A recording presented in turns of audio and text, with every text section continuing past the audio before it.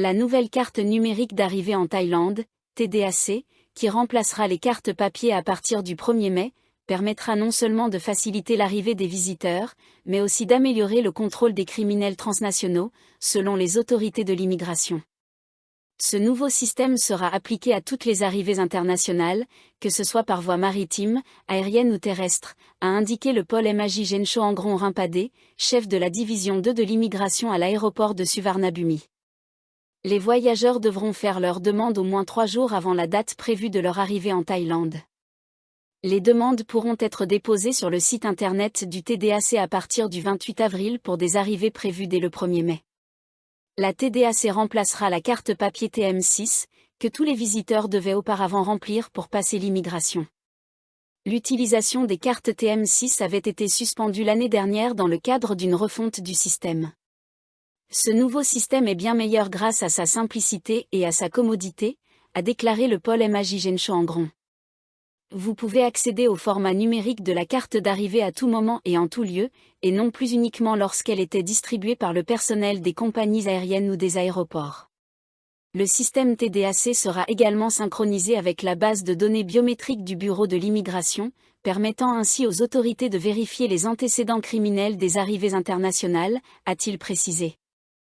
Avec cette interconnexion, les informations concernant les hébergements déclarés par les visiteurs internationaux en Thaïlande seront automatiquement transmises à la base de données du bureau, supprimant ainsi la saisie manuelle de ces données, a ajouté le pôle MAJ Gencho Angron. Le chef de la police nationale, le pôle Genkitarat Pampech, a déclaré vendredi que ce nouveau système améliorerait l'efficacité et aiderait à empêcher les gangs d'utiliser la Thaïlande comme base pour leurs activités criminelles. Le recours à des prête-noms thaïlandais pour diriger des entreprises contrôlées par des étrangers, en particulier par des ressortissants chinois, devient une priorité pour la sécurité nationale, a-t-il souligné. Il a également précisé que le gouvernement chinois et son ambassade à Bangkok étaient prêts à soutenir la Thaïlande dans la lutte contre ceux qui exploitent le pays. Le gouvernement fait face à un nouveau défi juridique après le dépôt d'une pétition auprès de la Commission nationale anticorruption, NAC, demandant une enquête sur l'utilisation d'une somme de 35 milliards de bahts destinée à financer son programme de distribution de 10 000 bahts en espèces.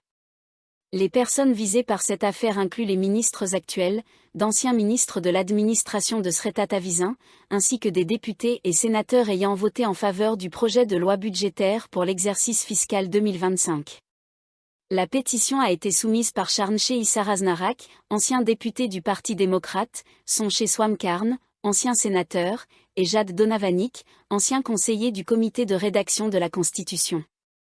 Ils accusent ces ministres, députés et sénateurs d'avoir violé l'article 144 de la Constitution ainsi que l'article 88 de la loi organique sur la lutte contre la corruption. M. Charnche et M. Jad ont demandé à la NAC d'ouvrir une enquête. Si des éléments suffisants sont trouvés, l'affaire devra être transmise à la Cour constitutionnelle pour statuer sur une éventuelle destitution des personnes impliquées. M. Charnche a rappelé que le projet de budget de 3 750 milliards de bahts pour l'exercice 2025 a été accepté en première lecture au Parlement le 21 juin de l'année dernière. Avant la deuxième lecture, le gouvernement dirigé par M. Srettha a décidé de transférer 35 milliards de bahts, initialement réservés au remboursement de dettes envers les banques publiques conformément à l'article 28 de la loi sur la discipline financière et budgétaire, vers un fonds central pour financer le programme de distribution de 10 000 bahts. Le comité parlementaire chargé de l'examen du budget a approuvé ce transfert, malgré son interdiction par la Constitution. Selon l'ancien député, cette décision a affecté plusieurs banques publiques, notamment la Banque pour l'agriculture et les coopératives agricoles, 31,3 milliards de bahts de pertes, la Government Savings Bank, 2,68 milliards, et la Government Housing Bank, 592 millions. Ces fonds étaient initialement destinés à compenser ces banques pour leurs pertes de revenus dues à des projets gouvernementaux tels que le moratoire sur les dettes des agriculteurs et le programme de garantie des prix des cultures. L'article 144 de la Constitution interdit toute réduction des allocations budgétaires affectées au respect des obligations légales, notamment celles prévues pour le remboursement de dettes bancaires en vertu de l'article 28. Monsieur Charnché a également précisé qu'une somme supplémentaire de 1,25 milliard de bahts avait été détournée du fonds central vers un fonds destiné aux anciens parlementaires, en violation de l'article 144.2 de la Constitution, qui interdit aux députés et sénateurs de détourner des crédits budgétaires à des fins personnelles. Il a affirmé qu'un total de 309 députés, 175 sénateurs, ainsi que 72 membres du comité chargé de l'examen du budget 2025 ayant voté en deuxième et troisième lecture, sont impliqués dans cette affaire. Monsieur Jade a précisé que l'enquête de l'ANAC ne devrait pas excéder 2 mois. Si des preuves suffisantes sont établies, le dossier pourra être soumis à la Cour constitutionnelle, qui disposerait alors de 15 jours pour rendre sa décision. L'administration actuelle dirigée par Pétontarn pourrait également être concernée, puisque le programme de distribution de 10 000 bahts, initié sous Sreta, est toujours en cours de mise en œuvre. En mars, le gouvernement a approuvé une 3e phase du programme de portefeuille numérique, visant à distribuer 10 000 bahts à 2,7 millions de jeunes âgés de 16 à 20 ans dans le cadre de son plan de relance économique. Madame Pétontarn avait précisé que cette phase serait opérée via des portefeuilles numériques plutôt que par des versements en espèces, le système numérique étant désormais prêt à être utilisé. Les 2 premières phases concernaient les détenteurs de cartes de bien-être, les personnes handicapées et les personnes âgées de plus de 60 ans, avec des paiements effectués via PromptPay. Le gouvernement s'est dit prêt à examiner les problèmes liés aux machines à pince, à la suite des récentes opérations de police et des inquiétudes concernant le risque de dépendance aux jeux chez les jeunes. La ministre du Bureau du Premier ministre, Giraporn Saint-Dupré, a déclaré vendredi que le gouvernement encourage les citoyens à déposer leur plainte auprès de l'Office de protection des consommateurs, OCPB, si les machines à pince portent préjudice aux consommateurs. Elle a ajouté que les autorités surveillent également les réseaux sociaux pour détecter d'éventuels problèmes affectant les consommateurs, et que des mesures appropriées seront prises si des risques sont identifiés. Cette déclaration intervient après une série de descentes de police visant les machines à pince dans plusieurs régions de Thaïlande. Jeudi, des responsables de la sécurité ont inspecté les machines installées dans des lieux publics du district de Bang Yai, à Nonthaburi, notamment dans des centres commerciaux et des supérettes. Le chef de district, Suraché Kotbuddi, a indiqué que 4 machines acceptant des pièces ou des billets de 10 à 100 bahts ont été découvertes près du marché de Bang Yai City. Aucune machine n'avait de propriétaire clairement identifié, ce qui a conduit les autorités à les saisir et à les remettre à la police de Bang Yai pour enquête et poursuite judiciaire. Monsieur Suraché a invoqué la loi sur les jeux d'argent de 1935, qui classe les machines à pince parmi les dispositifs de jeux susceptibles d'inciter le public à parier. Les critiques estiment que ces machines encouragent des comportements négatifs, en particulier chez les jeunes, pouvant entraîner une dépendance, des habitudes financières irresponsables et des problèmes de jeu. Monsieur Suraché a précisé que d'autres machines seraient saisies et que des poursuites seraient engagées. Mercredi, la police de la province de Nakhon Nayok aurait saisi 77 machines à pince, aucune n'étant en possession des licences requises. L'avocat Ronaron Kaipech, président du Réseau pour la justice sociale, a expliqué que le statut juridique de ces machines dépend de leur mode de fonctionnement. Si le joueur doit payer pour tenter de gagner sans garantie de prix, il s'agit d'un jeu d'argent. À l'inverse, si un prix est attribué à chaque fois, quelle que soit sa valeur, l'activité n'est pas considérée comme du jeu et n'est donc pas passible de poursuite. Il a rappelé qu'en 2020, le ministère de l'Intérieur avait adressé une circulaire aux gouverneurs provinciaux, stipulant que les machines à pince ne peuvent pas être légalement autorisées en raison de la politique anti-jeu du pays.